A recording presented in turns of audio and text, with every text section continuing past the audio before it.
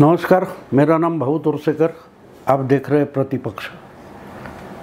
दोस्तों, कल से यानी शुक्रवार शनिवार से एक खबर जोर शोर से दिखाई सुनाई जा रही है कि चुनाव के रणनीतिकार प्रशांत किशोर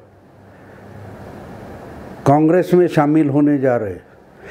अभी तक तो उसकी अधिकृत घोषणा न कांग्रेस की ओर से आई है न प्रशांत किशोर की ओर से आई है, लेकिन राहुल गांधी, प्रियंका गांधी या सोनिया गांधी या गांधी परिवार, इनसे प्रशांत किशोर की कुछ बात हो गई है, उनके साथ बैठक हुई है। ऐसी जो खबरें आई थी उसके आधार पर बताया जा रहा है कि प्रशांत किशोर बहुत जल्दी कांग्रेस में शामिल हो जाएंगे। अर्थात ये खबर नई नहीं, बिल्कुल पुरानी है। 1-1.5 साल से ऐसी खबरें आती रही है। अगर मेरी याददाश्त सही है तो इसके पहले 6-7 महीने मैंने भी एक वीडियो किया था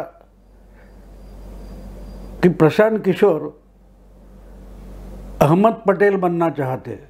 जैसे कि आपको याद है 2000 यानी 21वीं सदी शुरू होने के आसपास अंबिका सोनी हट गई और अहमद पटेल सोनिया जी के पॉलिटिकल एडवाइज़र, राजकीय सलाहकार बन गए।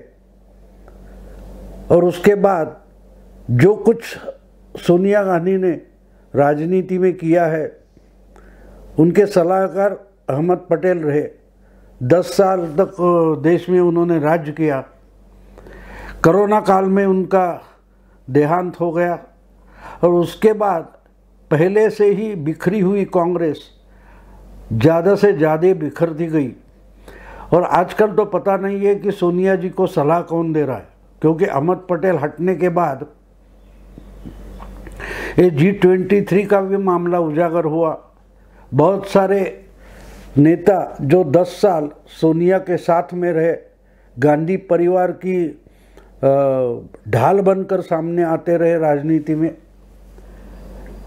मोदी युग शुरू होने के बाद भी जिन लोगों ने गांधी परिवार का समर्थन किया, उनके लिए लड़ते रहे, संसद से लेकर कोर्ट तक लड़ते रहे, ऐसे भी कपिल सिब्बल जैसे लोग अहमद पटेल का देहांत हुआ उसके बाद बिल्कुल बिखर गए। और कांग्रेस पार्टी है, देखो, एक पुराना पेड़ होता है, उसकी जड़ें बहुत लंबी लंबी ज़मीन के अंदर पहुंची होती है, तो टूटता है, सूखता है, लेकिन मरता नहीं। कांग्रेस पार्टी बिल्कुल वैसी है, 135 साल पुरानी पार्टी है, तो उसकी जड़ें बहुत यानी दूर दूर तक खोल पहुंची हुई है ज़मीन में। तो वो इतनी आसानी से मरने वाला नहीं है। कहीं से शाखा निकल आती है और फिर से शुरू हो जाता है। कहीं TMC बन जाती है, कहाँ NCP बन जाती है, कहाँ YSR कांग्रेस बन जाती है, तो वो बात अलग है। तो ऐसी पार्टी को समेटना और फिर से एक नेशनल पार्टी बनाना, ये बिल्कुल आसान काम नहीं है। और जिस ढंग से राहुल गांधी पार्टी ख़त्म करना चाहते, उसके बावजूद पार्टी खड़ी करना, ये तो बड़ा चैलेंज है, बड़ा आह्वान है। अब ये आह्वान प्रशांत किशोर किस ढंग से स्वीकारते हैं और चलाते हो देखना पड़ेगा। लेकिन एक बात है कि ये खबरें तो आ रही है और खुद प्रशांत किशोर ने सीधे नहीं, लेकिन कुछ मुखौटा लेकर या कोई अलग तरीके से ये बार बार बताया कि वो पॉलिटिक्स में एंटर करना चाहते। उन्होंने बिहार में नीतीश कुमार की पार्टी में ज्वाइन होकर कोशिश भी की थी। नीतीश ने उनके लिए पार्टी में उपाध्यक्ष का पद बनाया, लेकिन बहुत जल्दी दोनों का भ्रमनिरास हुआ और दोनों अलग हो गए। बात यह है कि प्रशांत किशोर खुद पार्टी नहीं बना सकते, उनको कोई पार्टी की रेडीमेड मशीनरी चाहिए। यानी हमने देखा कि डीएमके है, वाईएसआर कांग्रेस है, ममता की पार्टी है, या बीजेपी थी, या केजरीवाल की पार्टी होगी, इन सबको प्रशांत किशोर ने मदद की है। लेकिन वो प्रोफेशनल है, पॉलिटिशियन नहीं है। और प्रोफेशनल होकर जो मदद कर सकते हैं वो पॉलिटिशियन होकर क्या मदद कर सकते हैं, ये देखना ज़रूरी है। क्योंकि जहाँ जहाँ पॉलिटिशियन और प्रोफेशनल इनका क्लैश हो गया, संघर्ष हो गया, तो प्रशांत किशोर बुरी तरह से हार गए। अब पिछले 2017 के चुनाव में हमने देखा कि 1.5 साल से वो लगे रहे कि कांग्रेस का पुनरुज्जीवन करेंगे, रिवाइवल करेंगे उत्तर प्रदेश में। और राहुल गांधी भी चाहते थे कि देश का सबसे बड़ा राज्य है यूपी, वहाँ कांग्रेस का रिवाइवल हो। और ये बात नहीं है, 2012 के पहले से, यानी 2009-10 के बाद राहुल गांधी खुद मेहनत ले रहे हैं कि यूपी में फिर से कांग्रेस का झंडा लहराए और कांग्रेस का यूपी में रिवाइवल हो। क्योंकि देश की सत्ता जो है, प्राइम मिनिस्टरशिप तक पहुंचने का जो रोड है वो यूपी से निकलता है, ऐसा माना जा रहा है और माना जाता रहा है। खुद नरेंद्र मोदी गुजरात के होकर भी यूपी में आकर लड़े, और दूसरी बार तो सिर्फ यूपी से लड़े। उन्होंने यूपी ही अपना घर बना दिया, अपना राज्य बना दिया, और यूपी से वो दोबारा चुनकर आए वाराणसी से और प्राइम मिनिस्टर बने। तो राहुल गांधी अगर ये चाहते तो कोई गलत बात नहीं है।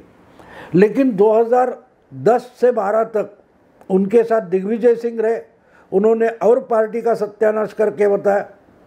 2017 के लिए 1.5 साल से प्रशांत किशोर उनके साथ रहे, उन्होंने जोर शोर से प्रयास किए, लेकिन फिर भी कांग्रेस पार्टी की अवस्था उत्तर प्रदेश में बद से बदतर होती गई। और आज हम देखते हैं कि कांग्रेस के 2 एमएलए बचे। यूपी जहां 403 सीटें हैं, वहां कांग्रेस के सिर्फ 2 एमएलए बचे और 387 उम्मीदवारों की डिपॉजिट जब्त हो गई है।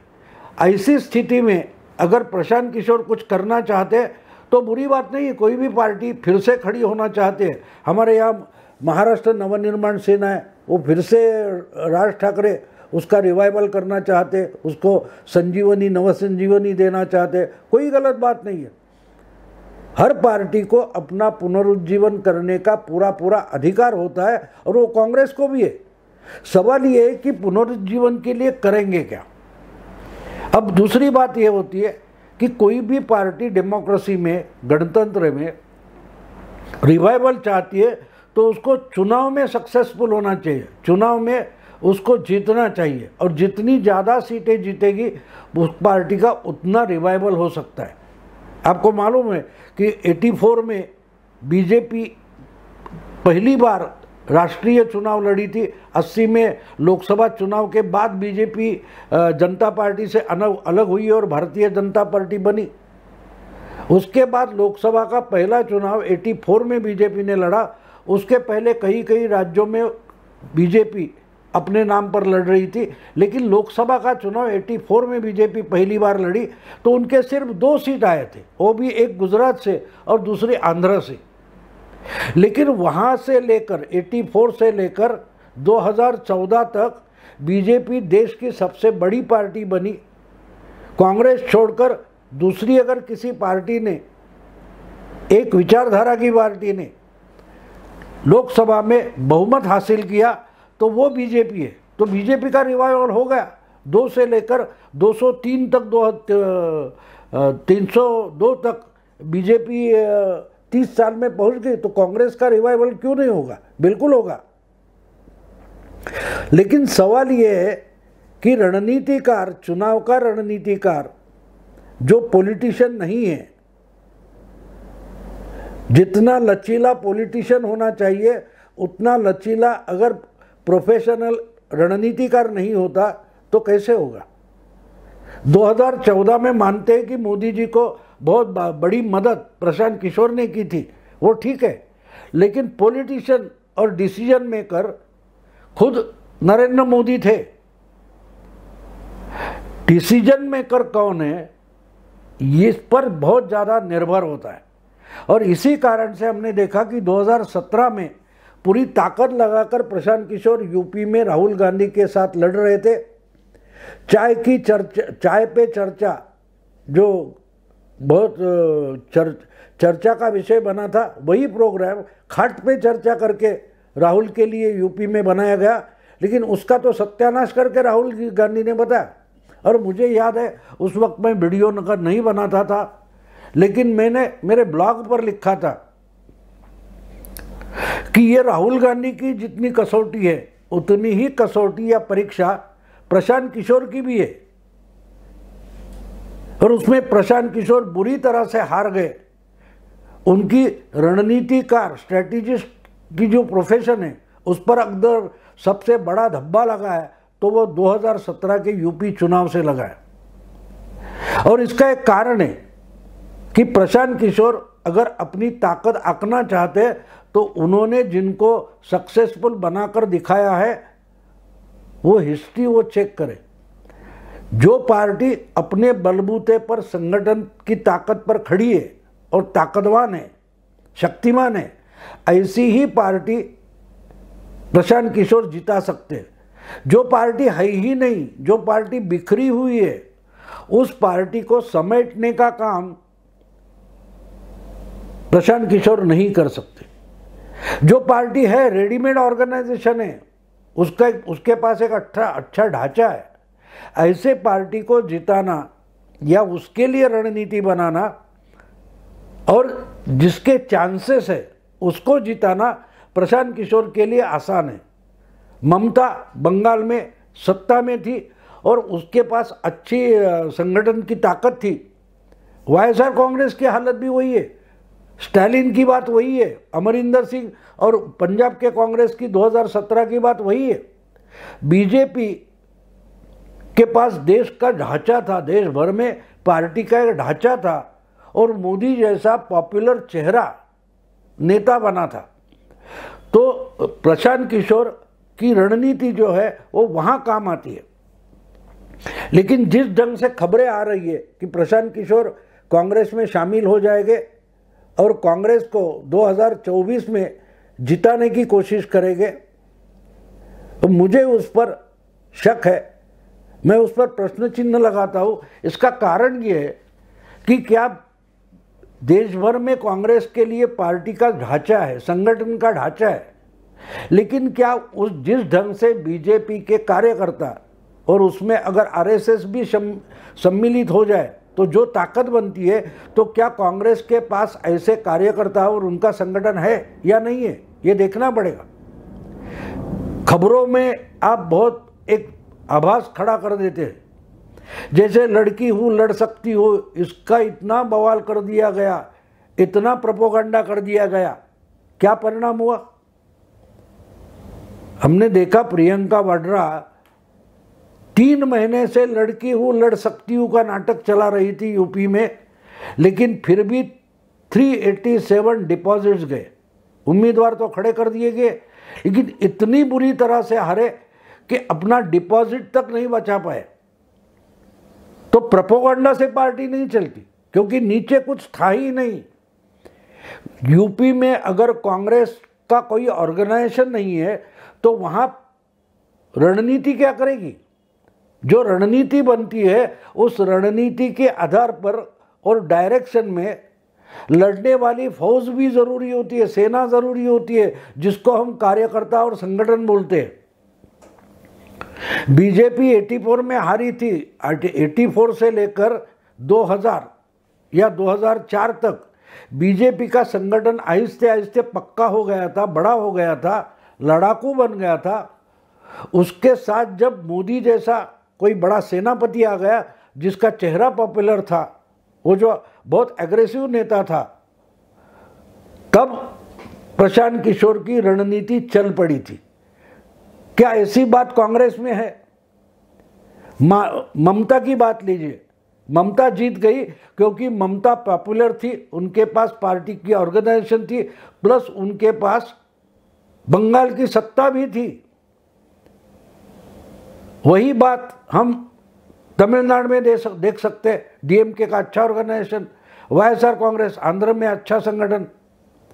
अगर वो बात आज की कांग्रेस में राष्ट्रीय तौर पर नहीं है तो प्रशांत किशोर क्या कर सकते? हाँ, इसके लिए एक बात बताई गई है कि प्रशांत किशोर कांग्रेस को जिताने के लिए लोकसभा की 370 सीट पर अपनी पूरी ताकत झोंकने का सोच रहे।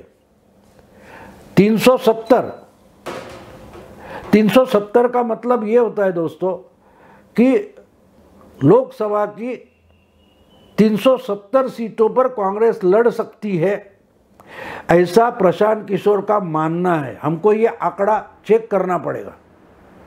बोलने में बहुत आसान होता है, 540 से ज़्यादा लोकसभा की सीटें हैं, उसमें हम अगर 370 बोलते हैं तो 2/3 होता है, यानी हर 3 सीटों में 2 सीटें कांग्रेस को रणनीति के तहत लड़ाकर प्रशांत किशोर गेम चेंज करना चाहते। लेकिन क्या 370 सीट पर कांग्रेस अगले 2 साल में इतना अच्छा संगठन खड़ा करेगी कि उसमें से कम 200, 250, 250 सीटें लोकसभा में चुनकर आएगी और कांग्रेस सत्ता पर दावा करेगी? ये प्रशांत किशोर कर सकते हैं। इसके लिए अलग वीडियो बनाना पड़ेगा आंकड़ों को लेकर कि कहां कांग्रेस। देखो, एक बात होती है, जो सीटें जीती जाती है वो सीटें लड़ने वाली सीटों से आती है। यानी कांग्रेस यूपी के विधानसभा में 403 उम्मीदवार खड़ी करेगी, उसमें से 387 जगह अगर आपका डिपॉजिट जाने वाला है, इसका मतलब 387 जगह पर 387 चुनाव क्षेत्र में कांग्रेस लड़ने की स्थिति में ही नहीं थी। मतलब कितने सीटों पर कांग्रेस लड़ सकती थी? कांग्रेस के डिपॉजिट चले गए, वो अगर छोड़े हम, तो बचती है कितनी सीटें? 16 सीटें। यानी यूपी के 403 विधानसभा सीट में कांग्रेस सिर्फ 16 सीटों पर लड़ सकती थी। अगर जोर शोर से सही ढंग से प्रशांत किशोर को साथ लेकर प्रयास किया होता तो कम से कम कांग्रेस 50 सीटों पर लड़ सकती थी। और जिसमें आप लड़ते हो उसमें से शायद अच्छे से अच्छे रिजल्ट आए तो आप आधे सीट जीत सकते हो। लेकिन वो सीटें जो है वो लड़ने वाली चाहिए, उम्मीदवार खड़ा करने से लड़ाई नहीं होती। तो अगर 370 सीटों की बात प्रशांत किशोर के मामले में चल रही है तो क्या असल में देश भर में 370 सीटें कांग्रेस लड़ने की स्थिति में है? अगर नहीं है तो ये सब 2024 का जो मामला और प्रशांत किशोर कांग्रेस ज्वाइन करेंगे, ये मामला चल रहा है, उसमें किसका भविष्य तय होने वाला है? कांग्रेस पार्टी का भविष्य तय होगा या प्रशांत किशोर का भविष्य तय होगा? एक बार प्रशांत किशोर ने 2017 में राहुल गांधी के साथ जाकर मुंह की खाई है, क्या फिर एक बार उसी ढंग से उनको मुंह की खानी है? अभी तक उन्होंने तो डिक्लेयर नहीं किया, कांग्रेस ने डिक्लेयर नहीं किया, लेकिन जो खबरें आई है वो अगर हम सोचे उस पर तो मुझे ये बात आसान नहीं लगता, क्योंकि जो मेरा हिसाब है, मेरा गणित है, उसमें कांग्रेस 200 से ज़्यादा सीटें, ज़्यादा से ज़्यादा 225 सीटें ऐसी है, 225 कि जहां कांग्रेस लड़ सकती है। 370 सीटें ऐसी बिल्कुल नहीं है कि जहां कांग्रेस लड़ सकती है। हाँ, हम मान सकते हैं कि 370 सीटें ऐसी है कि जहां कांग्रेस बिल्कुल लड़ भी नहीं सकती। ज़्यादा से ज़्यादा 170 से 200 सीटें हम निकाल सकते हैं कि जहां कांग्रेस लड़ सकती है, लेकिन उस पर मैं बाद में बोलूँगा। आज मैं यही रुकता हूँ। प्रशांत किशोर जो करने जा रहे या जो खबरें हैं वो देखकर मुझे ऐसा लगता है, यानी मेरे सामने सवाल खड़ा है कि क्या इसमें कांग्रेस का भविष्य तय होने वाला है या रणनीतिकार प्रशांत किशोर का भविष्य तय होने वाला है। दोस्तों, अगर ये वीडियो आपको पसंद आए तो लाइक कीजिए, शेयर कीजिए और प्रतिपक्ष को सब्सक्राइब कीजिए। नमस्कार।